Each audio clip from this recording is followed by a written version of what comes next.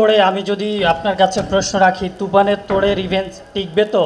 আরেকটা বিষয় হলো, গত ঈদে আপনার সিনেমা চলেছে, সেখানে মন্ত্রীকে দিয়ে হলে ফোন দেওয়াতে হয়েছে।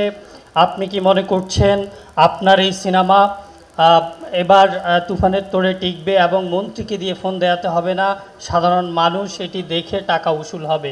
আপনার আত্মবিশ্বাসের জায়গাটা একটু জানতে চাই। আপনি কে প্রশ্নটা করেছেন একটু দেখতে চাই আপনাকে। সামনে আসেন। আমি আহসান হাবিব, কালবেলা। আপনি সামনে আসুন। বলেন, সমস্যা নাই। আমি সামনে আসতে হবে কারণ আপনাকে কেউ দেখতে পাচ্ছে না। আমাকে কেউ দেখতে পাচ্ছে। আপনাকে একটু চাই সবাইকে দেখাতে, একটু আসুন সামনে।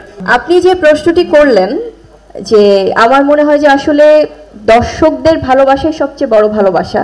আপনি যে বললেন যে কাদেরকে দিয়ে ফোন করানো হয়েছে কোন সিনেমা চালানোর জন্য, আপনি সবাইকে এখন কথা দেন, যদি এটার প্রমাণ আপনি না দিতে পারেন সেক্ষেত্রে আপনার ক্ষেত্রে আমরা কি ব্যবস্থা নিব, এটা আপনি সবার সামনে এই কথাটা বলুন আগে। দৈনিক কালবেলা যখন নিউজ করে কোনো তথ্য ছাড়া নিউজ করে না, তথ্য প্রমাণের ভিত্তিতেই নিউজ করে। তো এই তথ্য প্রমাণাদি আপনি নিয়ে এসেছেন?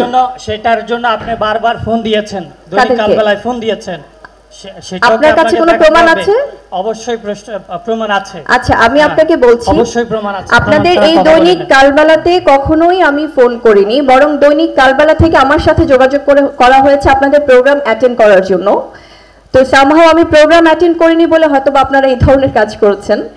আমি এটা আসলে যদি এই ধরনের সাংবাদিকতা হয় সেক্ষেত্রে আমি আপনাদের কাছে প্রশ্ন রাখতে চাই যে আজকে আহসান হাবিব আপনি দৈনিক কালবেলা থেকে বলছেন যে কাদেরকে ফোন করিয়ে কোন সিনেমা চালাতে বলা হয়েছে। তো এই কথাটা আপনি প্রমাণ করতে, যেহেতু আপনি বলেছেন যে আপনার কাছে প্রমাণ আছে, আপনি প্রমাণটা নিয়ে আপনি সিনেমাটি বলানো হয়েছে দেয়ালের দেশ। আপনার কাছে প্রমাণ আছে? অবশ্যই প্রমাণ আছে। আপনি প্রমাণটা প্লিজ দেখান। না না না না না, এই ধরনের সাংবাদিকতা আমি শুনুন, আপনার কাছে প্রমাণ থাকলে আপনি প্রমাণটা নিয়ে আসুন। এই ধরনের সাংবাদিকতার বিরুদ্ধে কিন্তু আমাদের ভয়েস রেজ করা উচিত, ঠিক আছে? আপনি প্রমাণটা, আপনি এখন কথা বলেছেন, আপনাকে এখন প্রমাণটা দেখাতে হবে।